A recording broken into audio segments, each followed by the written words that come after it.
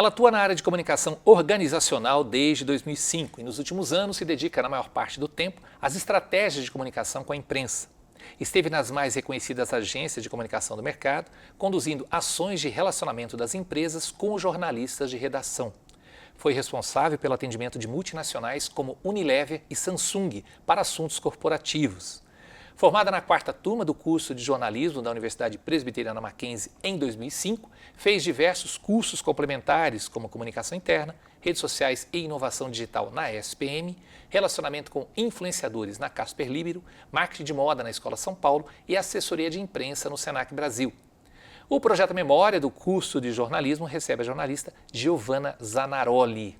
Eu estou muito feliz de estar aqui, muito feliz, reviver muitas coisas que aconteceram nessas 2 décadas, né? 20 anos 20 depois. Anos. Quanto tempo, e ao mesmo tempo parece que foi outro dia. É muito engraçado, assim, as memórias vívidas que a gente continua tendo, né, depois de tanto tempo. E muito obrigada. Agora está com um grupo aí da tua turma, né? Eu tenho acompanhado aí o pessoal. Vai fazer esse encontro de 20 anos que vai ser muito legal daqui a pouquinho. Muito interessante mesmo rever todo mundo, né? Algumas pessoas a gente continua mantendo contato, encontrando inclusive no mercado, mesmo pessoas que não eram da minha turma, mas você acaba sempre se encontrando e rola aquela coisa, né? Os mackenzistas se reconhecem, você fala, você fez Mackenzie, eu também. Então é muito legal mesmo. Falando de memória, falando de Mackenzie, como é que você chegou ao Mackenzie? Como você escolheu fazer jornalismo? Olha, na verdade, eu vou ser bem honesta, eu comecei um pouco ao contrário. É como se eu tivesse escolhido primeiro o Mackenzie e depois o curso. Vou explicar, né? Um pouco estranho até. Mas eu frequentava muito essa região da Consolação porque a minha tia trabalhou e trabalha ainda num prédio que é muito colado aqui à universidade. Então eu vinha, às vezes, durante o ensino médio com ela, trabalhar com ela, ficava aqui, enfim, e eu sempre me encantava, de verdade, assim, pelo campus, pelas pessoas que ali circulavam, eu olhava aqueles jovens, né, falava, gente, que legal que é aqui, né, que bacana e tal. Agora, o jornalismo, como que ele surgiu, né, surgiu não, acho que sempre existiu um pouco, eu sempre fui muito curiosa, sempre gostei muito de escrever. Sempre tive um perfil muito introspectivo, eu sou um pouco tímida, embora às vezes não pareça, mas eu sou muito tímida e sempre consegui me expressar muito melhor pela escrita. Então isso, ali no ensino médio, né, 17 anos, a gente não sabe o que a gente quer. Muito cedo, né, É muito Giovana? cedo. A gente não, é muito difícil você encontrar pessoas que tenham aquela 100% de certeza do que vai ser, né, do que você vai escolher. Eu tenho medo de quem com 17 anos tem 100% de Exato. certeza. E eu acho que lá pelos anos 2000, né, já entregando um pouquinho da idade, eu acho que era muito mais comum você tomar uma decisão e aquilo você colocava que era para sempre. Eu quero ser médico, eu vou ser médico para sempre. Eu quero ser jornalista, eu vou ser jornalista para sempre. Hoje isso já é diferente, né? Nada impede que você curse uma faculdade, que depois você venha a fazer uma outra ter uma outra formação, fazer outro curso e mudar de área. E isso na minha época era mais difícil. Então o que aconteceu? Eu sempre digo que eu sou muito atenta a sinais, né? Sinais. Eu acho que a vida manda sinais pra gente o tempo todo. E aí no ensino médio eu já estava com essa tendência a procurar algo voltado para a área de humanas, porque era o que eu realmente gostava e me identificava mais. E aí eu estudava num colégio que era bem grande, assim, tinha acho que, sei lá, 8 turmas com 40 alunos, só o 3º ano, né? E aí, numa atividade, foi proposto que a gente escrevesse um texto. Eu escrevi sem pretensão alguma, nem acho que era um texto tão bom assim, mas o meu texto foi escolhido para ser publicado num livro, e que depois teve uma cerimônia de entrega, enfim, uma coisa meio boba, mas aquilo mexeu comigo. Eu falei, nossa, eu gostei disso. Eu gostei de escrever alguma coisa e que outras pessoas puderam ler aquilo.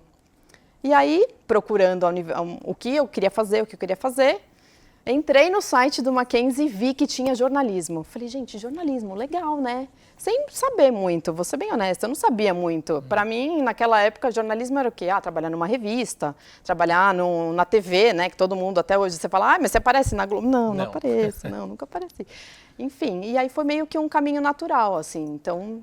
Aí eu prestei vestibular para o Mackenzie. Era um curso novo, quarta turma, né? Não teve um certo receio de pegar um curso muito novo? Eu não tive esse receio, eu soube que era novo, mas em momento algum eu tive esse receio. E não porque eu já tinha essa vontade de estudar no Mackenzie, porque eu acho que o Mackenzie sempre foi uma universidade, uma instituição muito reconhecida pelo mercado e por, né, sempre teve sempre uma chancela ali de ter estudado no Mackenzie, são sempre profissionais reconhecidos. Então, eu não tive receio algum e na minha família também ninguém teve esse receio, né, por ser um curso novo ou à tarde, né, que talvez pudesse soar um pouco estranho, naquela época o curso era à tarde só, mas nunca houve isso, não. O que te atraiu, o que você lembra na sua formação de disciplina ou atividade externa que foi importante para a sua carreira?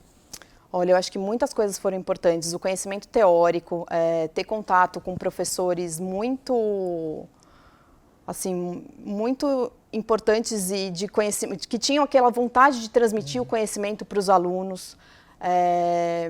E eu acho que isso foi sendo construído. Talvez naquela época eu não tivesse essa dimensão do que aquelas aulas seriam importantes no futuro. Você vai ver isso no dia a dia, A né? gente começa a perceber isso no dia a dia, o quanto a formação na universidade, a formação inclusive das aulas práticas, né, que naquela época algumas eram mais desafiadoras do que outras, mas quanto aquilo era rico para formar um profissional anos depois, meses depois, né? A gente vai se construindo a partir de pequenos conhecimentos, pequenas pílulas de conhecimentos que a gente vai adquirindo nesses 4 anos na faculdade. Eu acho que tudo que eu aprendi aqui, eu levo muito na minha vida profissional. Tem coisas que você fala, nossa, eu lembro que eu vi isso em alguma determinada disciplina, lembro de muitos conteúdos, autores, até experiências, assim, o contato mesmo com o jornalismo.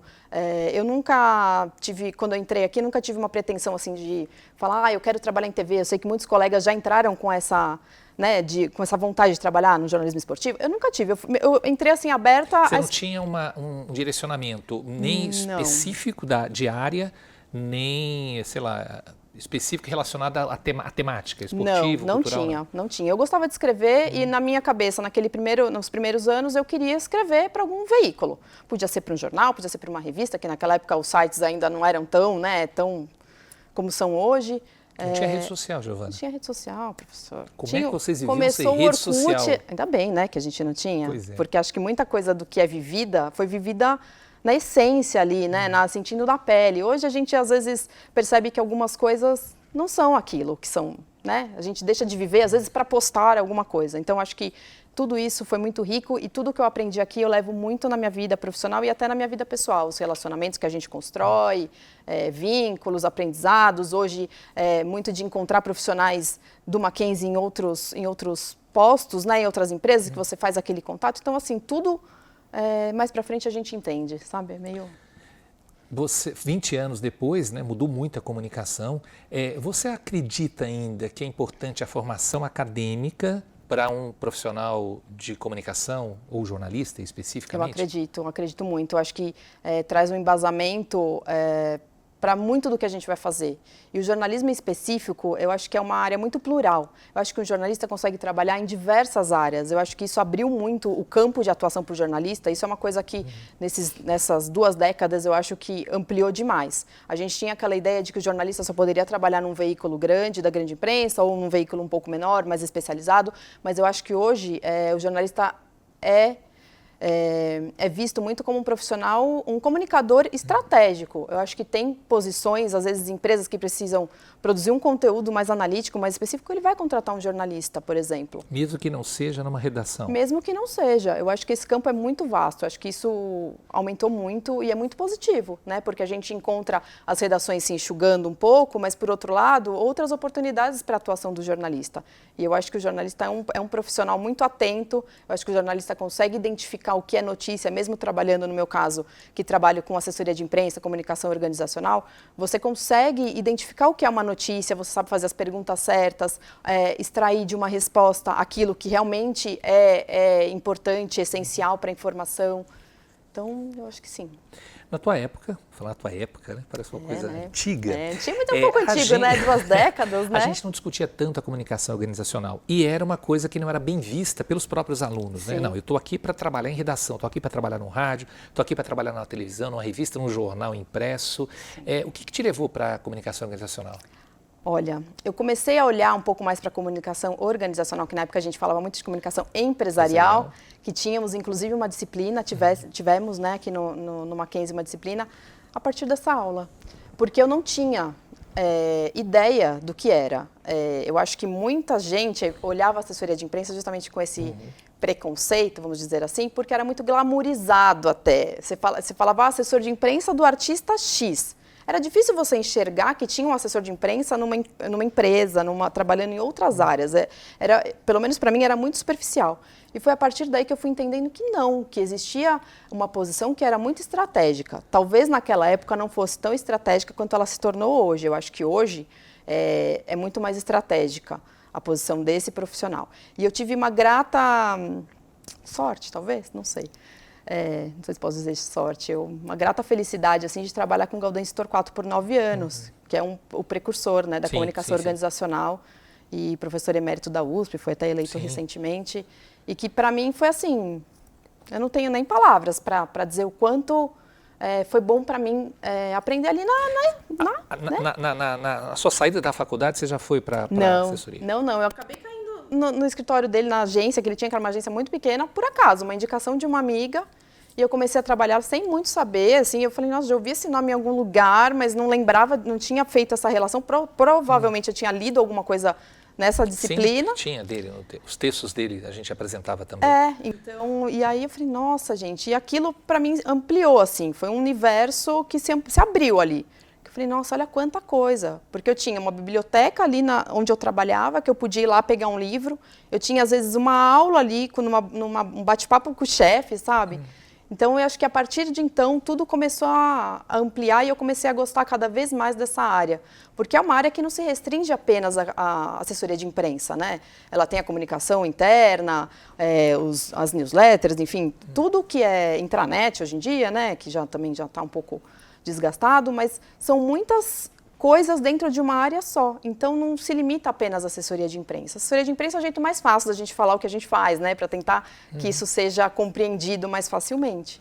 Mas é uma área muito plural e muito vasta e muito estratégica, eu acho, para as empresas. Você consegue, e pessoas que você conhece também, atuar em áreas de RP, em áreas de marketing digital, em áreas de publicidade, com certeza? Sim. Com a sua formação? Consigo. Eu acho que o jornalista tem essa facilidade de conseguir adentrar em diversas searas aí que antigamente talvez não conseguisse. Inclusive essa rixa, né, entre os RPs e os jornalistas, eu acho que isso foi se diluindo. Porque no final do dia ali, todo mundo está ali para dar o seu melhor. É comunicação. É comunicação, exatamente, e cada um dá ali um pouco do seu conhecimento. Então, eu vejo que as agências de RP, né, de comunicação, elas são compostas por profissionais de várias formações que estão ali pelo mesmo objetivo, que é comunicar o que tem que ser comunicado da melhor forma.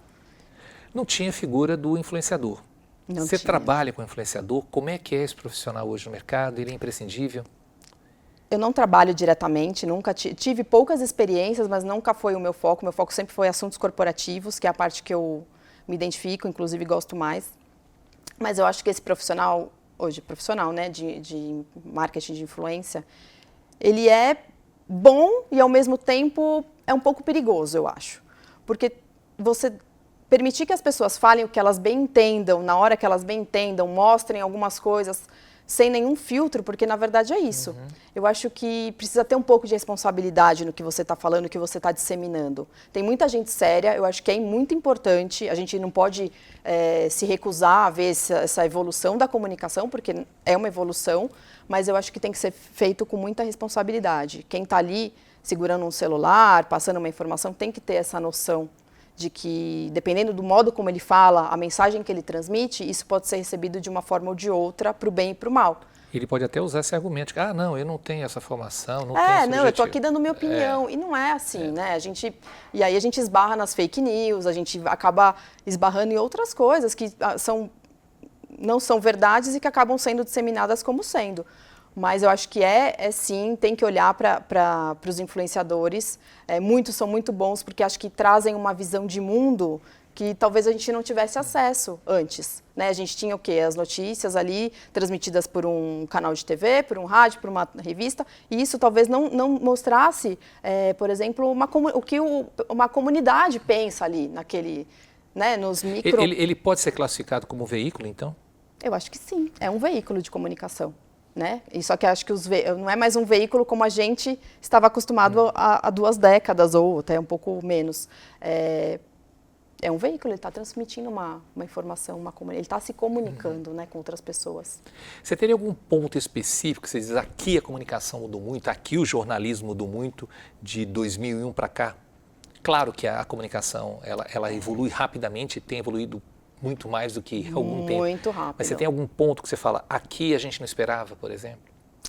Eu acho que a gente não esperava essa rapidez, né? Eu acho que é tudo muito rápido, o que é bom, porque às vezes as notícias não podem esperar mesmo, mas por outro lado tem o perigo, né, que sempre houve, da apuração, de você checar. Então o furo jornalístico sempre existiu, mas sempre pautado por verdade, né, para você ouvir todos os lados, e hoje eu não sei se isso existe. Nessa ânsia de ser cada vez mais rápido, né, talvez isso tenha se perdido um pouco. Mas eu acho que é muito importante, por exemplo, a rapidez mesmo, o que mudou. Eu falo, gente, desde que eu comecei a acompanhar a entrevista, vou acompanhar uma entrevista para a TV, eram 4, 5 pessoas, né? O motorista, o câmera, equipe o auxiliar imensa. de áudio e o repórter. Produtor, todo mundo ali junto. Hoje, até na semana passada, eu passei na Paulista, no estúdio da CNN, tinha uma repórter com o seu celular ali, colocando num tripé e gravando um ao vivo para entrar na TV, assim. Ela já estava pronta para entrar, ela estava ensaiando, então eu falei, gente, olha como mudou. Mudou muito, o jornalismo mudou, as pessoas mudaram. É bom, né? A gente vê que tudo está se transformando, mas tem que ver como que isso está se transformando, né? no seu trabalho você utiliza a inteligência artificial? Olha, vou ser bem honesta, eu utilizo muito pouco, não sou uma profunda conhecedora, comecei a entender um pouco mais, né, porque acho que essa discussão começou há pouco tempo, assim, mais recente, né, então, mas eu acho que tem que ser usada também com responsabilidade, acho que aí a gente entra mais ou menos no mesmo caso dos influenciadores. Com responsabilidade tudo é benéfico, né, você consegue extrair o melhor daquilo. A inteligência artificial pode ajudar, sim, a otimizar alguns trabalhos. O ChatGPT? ChatGPT, por exemplo, eu já usei, eu tinha que fazer um planejamento estratégico gigantesco, precisaria sugerir ali, sei lá, 12 pautas, sugestões de pauta possíveis para o cliente desenvolver. Falei, gente, se eu tivesse que perder aqui todo esse tempo, 12 para fazer, né, pensar 12, talvez eu demorasse muito mais. Então, assim, mas aí tem o trabalho humano, né? Tem o conhecimento, tem a nossa inteligência humana, que tem que filtrar, adaptar. Tem acontecido muito já de você olhar ali um texto e saber que aquilo ali foi completamente gerado por inteligência artificial. Então, você já não sabe mais o que... Né, acho que o valor da comunicação está se perdendo. Se você não souber usar da melhor forma, aí não...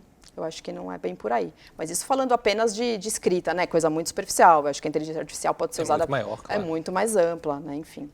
Como é que você avalia o jornalismo brasileiro, aquele jornalismo que você entrou acreditando? Não sei se você tinha a intenção de mudar o mundo, né? Como muitos têm. Todo jornalista tem um pouco, né? Se não tem no começo, no final da faculdade você já quer mudar, quer fazer alguma coisa por alguém, quer levar uma mensagem, contar uma coisa ali para ver se muda. Eu acho que o jornalismo mudou muito, mas aí eu vejo um pouco o choque de credibilidade, talvez. Existe, não dos jornalistas. Eu acho que o jornalista é um profissional ali que luta todo dia para fazer o seu papel, pelo menos a maioria, né? Não dá para a gente generalizar, mas acho que a maioria está lá empenhado em levar a informação mesmo para as pessoas. Mas eu acho que com tudo o que aconteceu nos últimos anos, né? Essa polarização exacerbada, a disseminação de fake news, eu acho que tudo isso prejudicou um pouco a imagem do jornalista, né? Como um profissional sério, um profissional que está ali em busca da verdade, que quer mostrar os dois lados da notícia. Eu acho que isso mudou. Seu trabalho foi um trabalho sobre política latino-americana. Sim. De onde surgiu isso?